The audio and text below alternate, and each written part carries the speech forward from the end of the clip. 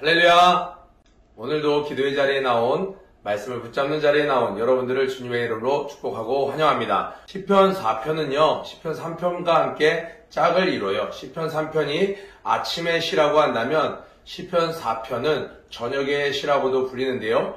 그러니까 일어났을 때나 다시 잠들 때나 아직 환난은 끊이지 않았지만 다윗은 여전히 주님 주신 평강 가운데 승리하고 있다는 고백입니다. 우리 한번 살펴보도록 하겠습니다. 내 의의 하나님이여 내가 부를 때에 응답하소서. 곤란 중에 나를 너그럽게 하셨사오니 나를 긍휼히 여기사 나의 기도를 들으소서. 오늘 전체 8절까지 나오는 구조를 한번 살펴보면요. 1절은 하나님의 도우심을 구합니다. 그리고 2절부터 5절까지는 원수들에 대한 충고가 계속되고 있어요. 원수들에 대한 충고. 그리고 6절부터 8절은 자신의 안정과 만족은 원수들의 풍부함보다는 풍요로울 때보다 더 좋다고 대조적으로 설명하고 있습니다. 그러니까 원수들의 풍부함보다는 내가 지금 하나님과 함께하는 것이 더욱더 안전하다고 비교해서 대조해서 이야기하고 있는 부분이에요. 자, 1절이 바로 하나님께 간구하는 장면인데, 자, 장소적인 개념으로 한번 생각해 보세요. 여러분이 머릿속에서 한번 이미지를 떠올려 보세요. 지금 어떤 필드의 야전 사령관 같은 느낌인가요? 아니면 골방 같은 느낌인가요? 1절은 골방에서의 외침입니다. 골방에서의 속삭임이에요. 골방에서의 기도입니다. 그런데 2절부터 5절까지는 바로 장면이 전환되는 느낌이 있죠. 어디로요? 골방에서 바로 전장으로 적들이 쫙 둘러싸고 있는 그 필드로 나가서 외치는 것이에요. 그러니까 우리는 시편 기자를 통해서 오늘 다윗의 노래를 통해서 우리는 한 가지 또 배울 수 있죠. 나에게 어려움이 있을 때 우리가 상황을 먼저 보는 것보다 항상 하나님께 먼저 고백하는 것이, 하나님께 기도하는 것이 더 중요하다라는 거예요. 어제 살펴봤던 3편도 그렇고 오늘도 그렇고 내 의의 하나님이여 먼저 하나님께 아뢰는 지혜. 많은 사람들은 바로 2절로 넘어갑니다. 필드부터 보는 거예요. 상황부터 보는 거예요. 이 야전에 갇혀진 나를 바라보는 거예요. 그러나 하나님의 사람은 먼저 그 어려운 상황 가운데서도 골방으로 나아가는 거예요. 내 의의 하나님이여 하면서 고백하죠. 내가 부를 때에 응답하소서. 곤란 중에 나를 너그럽게 하셨사오니, 이거는 과거를 회상하는 거예요. 내가 어려웠을 때 나를 너그럽게 하셨사오니, 나의 문제를 해결해 주셨으니, 그러니까 내 개인적인 에베네셀, 하나님께서 여기까지 나를 도우셨다 했던 그 에베네셀이 각자의 에베네셀이 있을 거예요. 지금 다윗은 자기의 에베네셀을 떠올리는 거예요. 그래, 그 양치기 때부터, 내가 사울왕의 그 추격을 피해서 도망다닐 때부터 하나님이 매 순간 나의 에베네셀이 있었지. 주께서 나의 환난 날에 나를 너그럽게 하셨사오니 이번에도 나를 긍휼히 여기사 나의 기도를 들어주십시오. 내가 왕이 됐다고 마음을 높이지 않습니다. 여전히 하나님의 도우심이 필요한 자입니다. 나를 긍휼히 여기소서. 이렇게 골방에서 다윗은 간절히 하나님께 기도를 하고 있습니다. 그리고 나서 그 주변을 둘러싸고 있는 원수들을 향해 이렇게 충고합니다. 인생들아, 이렇게 나오고 있어요. 인생들아, 벤 아담이라는 뜻인데, 벤 아담, 사람의 아들들이란 뜻이에요. 근데 사람의 아들들 뭘 의미하냐면요, 그때 당시 있었던 영향력 있는 사람들아, 나의 원수된 사람들아, 너희들 힘있다고 하는 사람들아 라고 하면서 이야기를 하는 거예요. 어느 때까지 나의 영광을 변하여 욕되게 하며, 나의 영광을 변하여 욕되게 하며 하나님의 기름 부으심 받은 자를 욕되게 하고 조롱하려느냐? 내가 하나님께 기름 부음 받은 왕인데 너희들 언제까지 나를 계속 조롱하려느냐? 이렇게 얘기하는 거예요. 담대하게 이야기하는 거죠. 허사를 좋아하고 괴유를 구하겠는고, 허사를 좋아하고 괴유를 구하겠는고, 너희들 그렇게 악하고 간교한 계획을 늘 짜며 허사를 좋아하고, 원래 영어를 보면요 이렇게 나와요. seek God. 그러니까 S가 붙었으니까 잡신들을 이야기하는 거죠. 너희들이 원하는 그 우상들을 찾으며 너희들이 하나님의 기름 부음 받은 자를 대적하기를 언제까지 하겠느냐? 이렇게 이야기하고 있어요. 예수를 따르는 자를 핍박하는 자. 예수님이 뭐라고 얘기하셨냐면요, 너희가 사울아 어찌하여 나를 핍박하느냐라고 이야기하셨어요. 그러니까 하나님의 기름 부으신 자를 비방하고 조롱하고 대적하는 건 곧 하나님을 대적하고 비방하는 거라는 거예요. 너희 그런 위험한 일을 왜 하느냐? 여호와께서 자기를 위하여 경건한 자를 택하신 줄을 너희가 알지어다.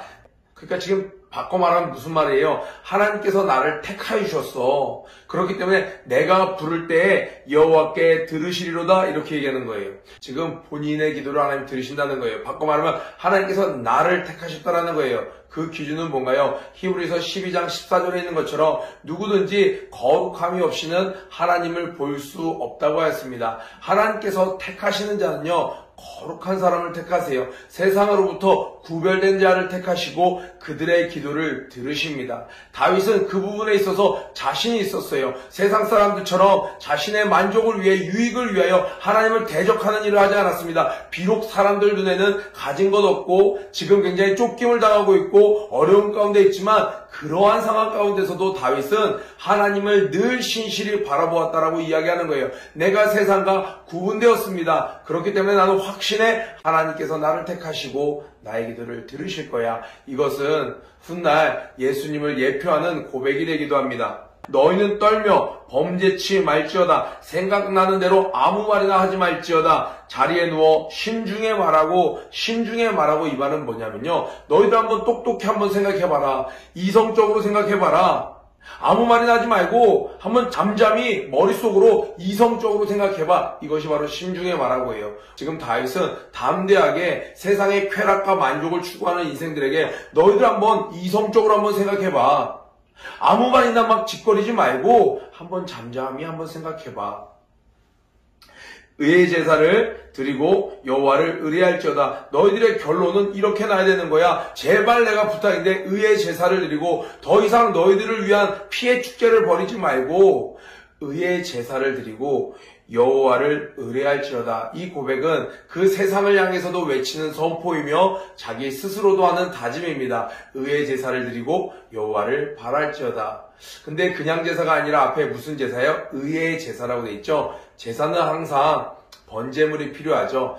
제물이 필요하죠. 그런데 유일한 의의 제물, 하나님의 흠 없는, 죄 없는 어린 양 누구죠? 바로 예수 그리스도입니다. 그러니까 오늘날은요, 우리는 여호와를 바랄 때 누구를 통해서 여호와를 바라볼 수 있나요? 하나님을 의지할 수 있나요? 예수 그리스도를 통해서 우리는 하나님을 의지할 수 있는 것입니다. 자, 6절부터 8절은 이렇게 담대하게 외친 뒤에 자신이 분명히 하는 신앙의 고백을 해요. 6절에 여러 사람의 말이 세상 사람들이 흔히 말하기를 우리에게 선을 보일 자 누구뇨 하오니, 선을 보자라는 건 뭐냐면 만족해할 자가 누구냐 이거예요. 도대체 세상 사람들이 늘 이야기한다는 거예요. 도대체 인간이 어떻게 하면 만족할 수 있을까? 세계 일주를 하면 만족할 수 있을까? 자산을 1000억을 모으면 만족할 수 있을까? 명문대를 나오면 만족할 수 있을까? 예쁜 여자친구, 남자친구를 사귀면 만족할 수 있을까? 스포츠카를 타면 만족할 수 있을까? 자기개발하면 만족할 수 있을까? 수많은 사람들이 어떻게 하면 나를 행복하게 할 수 있을까? 이야기한다는 거예요. 그런데 다윗은 이렇게 얘기합니다. 여호와여, 주의 얼굴을 들어 우리에게 비추소서. 주의 얼굴을 우리에게 비추는 것이 가장 큰 만족이라는 거예요. 얼굴을 비춘다는 것은 무엇이에요? 우리 모세가 하나님의 얼굴을 대면하여 이야기한 것 같이 친구처럼 이야기하는 것, 바로 그 친밀함을 이야기하는 거죠. 주의 얼굴을 바라본다라는 것, 주의 얼굴에 빛을 비춘다는 것, 주님과의 교제라는 거예요. 다윗은 비록 어려움 가운데 있지만 주님의 그 친밀함, 주님이 함께 하신만 있다면 비록 내가 가진 것 없을지라도 세상에 있는 그 어떤 사람의 풍부함보다 더 안전하고 진짜 복을 누린다는 겁니다. 7절에 이렇게 표현해요. 이 표현이 참 멋있죠? 여러분 7절을 좀 잘 기억해 보세요. 주께서 내 마음에 두신 기쁨은, 이거 있으신가요? 사실 이걸 잃어버려서 우리가 세상이 부러운 거 아닌가요?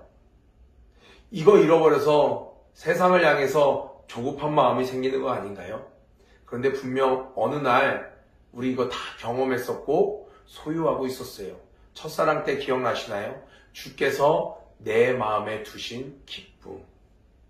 저희의 곡식과 새 포도주에 풍성할 때보다 세상에 있는 사람이 이걸로 대박 났네, 이걸로 엄청나게 성공했네, 이걸로 히트 쳤네 하면서 자신의 풍성함, 성공함, 곡식이나, 그때 당시에는 곡식과 포도주 이렇게 이야기하지만 오늘날로 치면 모든 어떤 자산이나 명예나 업적들, 이 모든 것이 초라할 때가 아니라 이것이 풍성할 때보다도 더하다라는 거예요. 어떤 것이요? 주께서 내 마음에 주신 기쁨. 내가 만들어낸 기쁨, 내가 이뤄낸 기쁨, 내가 찾아낸 기쁨이 아니라 주체가 무엇이에요? 주께서 내 마음에 주신 기쁨. 그러니까 우리의 진짜 기쁨은 무엇이에요? 주님이 주셔야만 되는 거예요. 이 기쁨 때문에 8절에 보니까 이렇게 고백합니다. 내가 평안히 눕고 자기도 하리니 나를 안전히 거하게 하신 이는 오직 여호와이시니이다. 많은 예수를 믿는다고 하는 사람들도 오직 여호와만이 나를 안전히 거하시게 하는 것이 아니라 하나님, 내 통장 잔고가 나를 안전하게 해주지 않습니까? 하나님, 이런 인맥이, 이런 SNS에 있는 수많은 팔로워들이 나를 안전히 거하게 합니다. 은연중에 그런 것들을 추구하며 나의 안전을 보장하는 것이 오직 여호와이기도 합니다. 그러나 여호와 플러스 이것저것, 그런데 주님은 그걸 원하시지 않는 거예요. 오직 여호와만이 나의 안전을, 오직 나의 안전이 거하게 하시는 이는 오직 여호와이시니이다. 오늘 이 말씀을 잘 묵상하시면서 그렇구나. 내게 지금 이런 불안함이 있고 조급함이 있는 건 주께서 내 마음에 주신 그 기쁨을 내가 잃어버렸구나. 그 기쁨만 회복한다면 내가 세상에 부러울 것 없겠구나. 다시 우리가 회복될 수 있습니다. 그런데 그 하나님께서 찾으신 사람은 어떤 사람이에요? 오늘 성경 본문에도 나와 있는 것처럼 경건한 자를 택하신 줄을 내가 알지니라. 경건하신 자를 하나님 택하시는 거예요. 오늘도 이 주님 주신 기쁨을 회복하고 붙잡고 이것으로 세상을 향해 담대한 여러분 되길 주님의 이름으로 축복합니다. 구호에 추고 기도에 마치도록 하겠습니다. 고 준비 런 앤 플레이 시작. 모든 일에 전심전력하는 하루가 되자. 오늘도 평안하세요.